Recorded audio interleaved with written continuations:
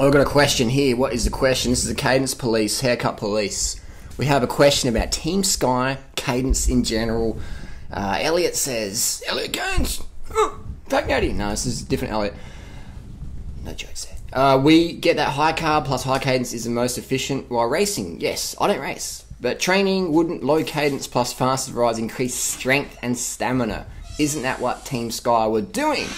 Now, I'm not sure what this person's referring to, but if you watch my videos when I've been out with Sky or any of the professional riders in the last 13 years, if you look just look at this clip here.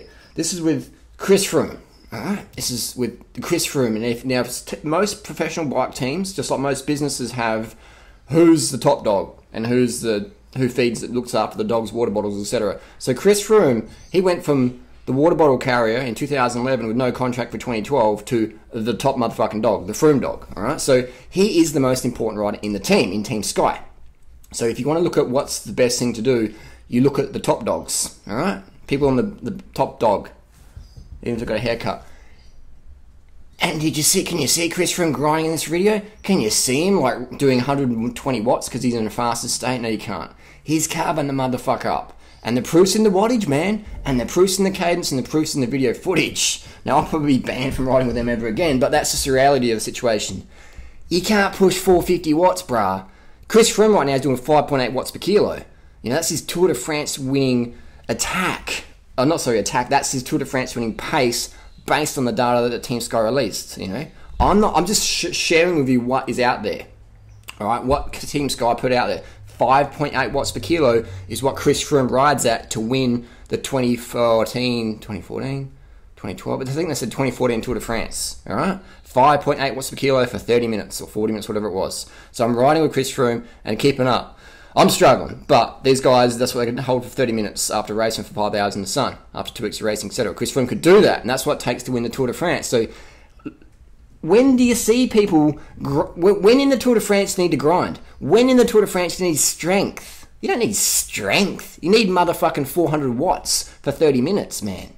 That's not strength. 400 watts is piss. That's piss weak. But to hold motherfucking 400 watts... that's the challenge. You can do 400 watts, but to hold that? This is not a 2,000 watts, bro. That's strength. 400 watts? That's not strength. That's cadence. Do Chris Froome's legs look strong? Do my legs look strong? No. It's not about strength, gang. It's about cadence. It's about glucose-derived ATP. When your glycogen reserves are fucked, you're done. Okay, so we understand. I think you understand if you're watching my videos. Let's get to the point where he says...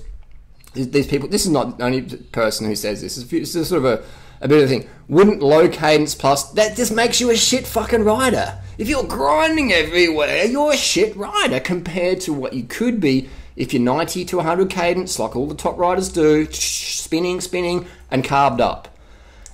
If we look at drugs people take, like Maria Sharapova, the drug she takes, meldonium, increases glycogen retention, increases the body's ability to burn sugars, which increases performance. Like, you don't need like fat burning ability in the Tour de France, because when the hammer gets dropped, it's not about how much fat you can burn, it's how much carbohydrate you can store, so then you can push the 400 watts plus.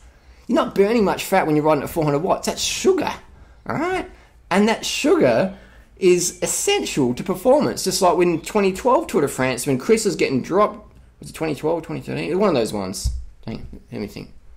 Tour de France, Alpe d'Huez. Chris Froome is about to get dropped because he's running out of sugar. He says, Richie, head back to Brailsford, get me some coconut oil, avocado, egg on toast. No, he said go back and get me some gels. Richie, get me some motherfucking carbs.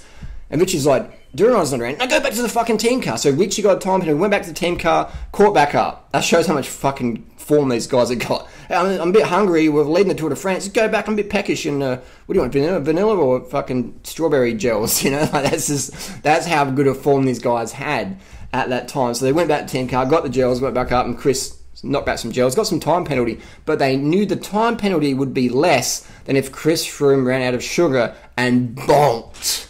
And what was Chris Froome's cadence? High cadence. He's not going, let's get some strength work in, guys, because you get dropped. If you grind everywhere, you'll teach your body to grind. I know guys who are so much motherfucking stronger than me, but I smash them up any fucking climb. Because they got hella strength. They can go in the gym and lift hella weight. And they can push this motherfucking massive gear. And they've been riding for as long as me. Right? 10, 15, 20 years of riding. They're just grinding. You can hear the fucking knee cartilage just popping. And they take a lot of painkillers and anti-inflammatories to keep riding. They won't fucking learn. They're the old school. And they're strong as motherfucking oxes. And oxes don't eat grass. But these cunts are strong. Some of them on steroids even. But I smash them up the climb because they don't know how to spin and turn that strength into motherfucking watts per motherfucking kilo. And they're eating so much fat and protein to keep the size on. And I'm like, what the fuck are you doing? But that's each to their own. Each to their own. So that's the bottom line, bro. What you do in training is what you can do in racing. What you need to do in racing is what you should do in training. And this sounds like a weird concept, but this is my personal belief. Why the fuck do something in training that you never do in racing?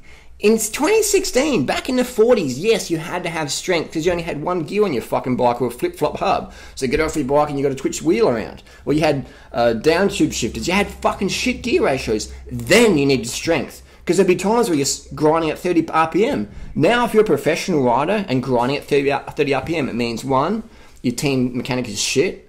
2, your Di2 battery ran out of juice and now you have to grind to the finish line. Alright? That's the only 2 reasons. You've got a shit mechanic, it's not up to speed, you've got to change your cassette and chain rings, or 2, your EPS or your Di2 batteries, or your cable snaps and you're just stuck in this gear. So you don't need strength to be a good cyclist. You need motherfucking watts per kilo.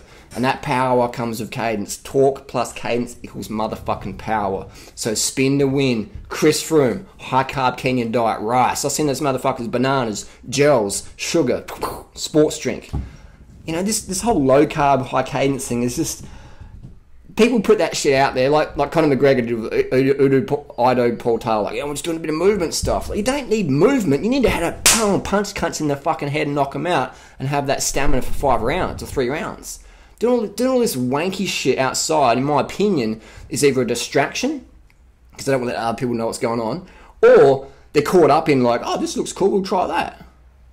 But it's not the truth, bro. What is done in training, it should be done in racing. What is done in racing, rather, should be replicated in training. If you can't do it in training, how the fuck are you going to do it in racing? If you don't do it in racing, why the fuck do it in training? That's my opinion. That's just my opinion. I don't do any strength work, and I can smash most motherfuckers on the hill, and I train fuck all. Alright? And I'm 38. I'm over the hill. But I smash most 20-year-olds who grind. But the cunts who smash me, every motherfucker who smashes me in a climb is spinning past me. They're spinning past me, man. Nobody's grinding past me. Unless it's a pro having a bit of a joke, you know. But once they go in the corner, they drop it back to cadence to make the gap even bigger. Simple as that. Spin to win. Don't do nothing in training that you wouldn't do in racing if you want the best out of yourself.